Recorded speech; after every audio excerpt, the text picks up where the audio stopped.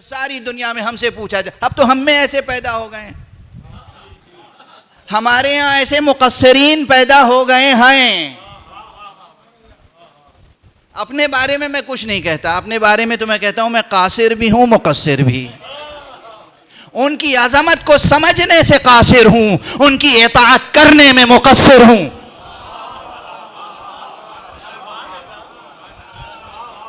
जो इताअत का हक अदा नहीं हो सकता, जो मारिफत का हक अदा नहीं हो सकता, मारिफत का हक अदा नहीं हो सकता कासिर, इताअत का हक अदा नहीं हो सकता मुकस्सिर।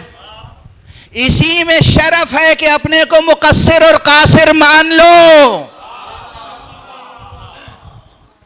वरना उनका हक़ मारिफत और उनका हक़ इताअत किससे अदा हुआ है और हमारे यहाँ। बहरहाल, लेकिन ऐसे मुकस्सिर, दूसरे माना में अर्ज़ कर रहा हूँ, जो फ़ज़ाइल अली और फ़ज़ाइल आले अली का इनकार करते हैं, वो इस हदीस को शायद कबूल ना करें। और ये जो उठते बैठते हम या अली या अली या अली या अली कहते हैं, वो उनको समझ में नहीं आती ये बात। मैं कहता हूँ समझिएगा, बाद में तजर्बा करके देख लीजिए,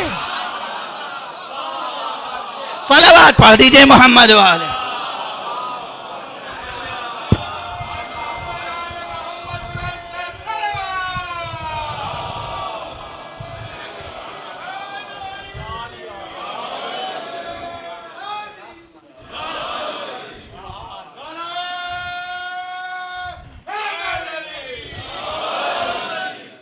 अक्सर ऐसे बहस करने वाले, ऐसे मुनाजराबाज, मैं क्या अर्ज़ करूं,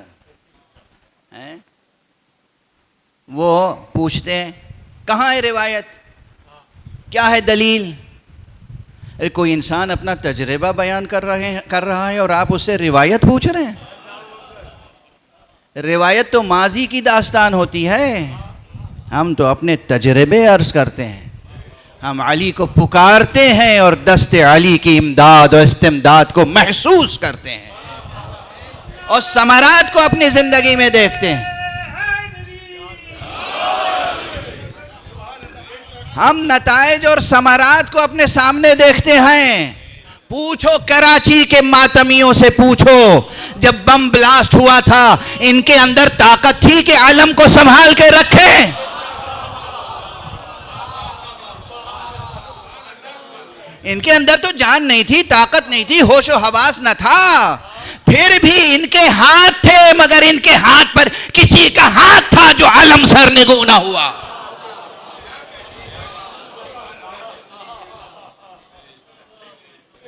ये जो उठते बैठते आप या अली करते हैं, ये यूं ही नहीं है। बहरहाल, ये बहस बहुत गौर तलब है कि आपने इस मशहूर हदीस में ये नहीं फरमाया कि मरने के बाद मुझे देखेगा।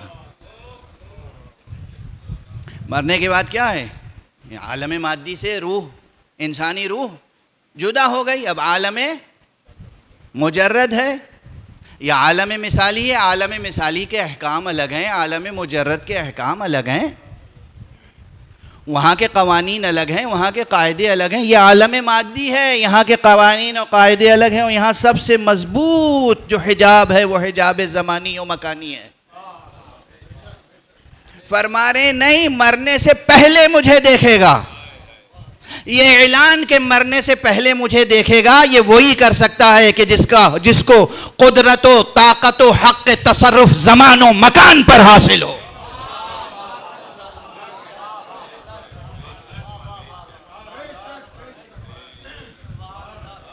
ज़मान भी अली की मुट्ठी में है, मकान भी अली की मुट्ठी में। आप बेशक बेशक कर रहे हैं, दाद दे रहे हैं, दरूद पढ़ रहे हैं, वज्द कर रहे हैं, झूम रहे हैं। मेरी निगाहों में तो वो चेहरे हैं कि जो चेहरे ज़िक्र अली से मुरझा जाते हैं। शुकूक हैं, शुबहात हैं, इनकार है, एतराज़ है, तरद्दुद है, तअम्मुल है, तफक्कुर है।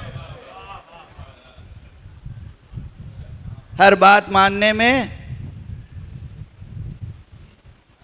एक रुकावट है। हाँ, पढ़ो ज़मान व मकान का फ़लसफ़ा, स्पेस टाइम फ़िलासफ़ी पढ़ो, मगर कुरान की रोशनी में। स्पेस टाइम फ़िलासफ़ी पढ़ो नहजुल बलागा की रोशनी में, स्पेस टाइम फ़िलासफ़ी पढ़ो सहीफ़े कामिला की रोशनी में, जवानान अज़ीज़ ये पढ़ो और फिर देखो कि ज़माने की हकीकत क्या है और मकान की हकीकत क्या है। जो खालिक़ ज़मान व मकान है उसने ज़मान व मकान खल्क़ फरमा के उस पर किसी को अगर वली बनाया तो आपको क्या एतराज़ हो सकता।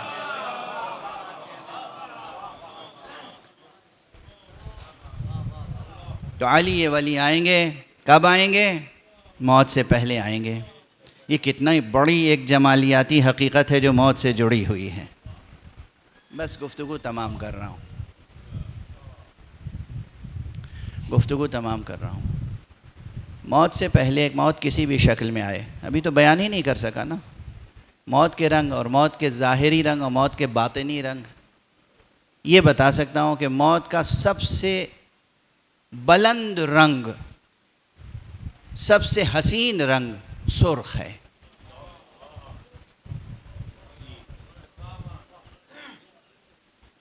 और ये अर्ज़ करूं कि सूरज की रोशनी में जो डिस्टेंट रेज़ हैं, जो सबसे बुलंद उफ़ुक़ पे दूर नज़र आती हैं, वो भी सुर्ख नज़र आती हैं।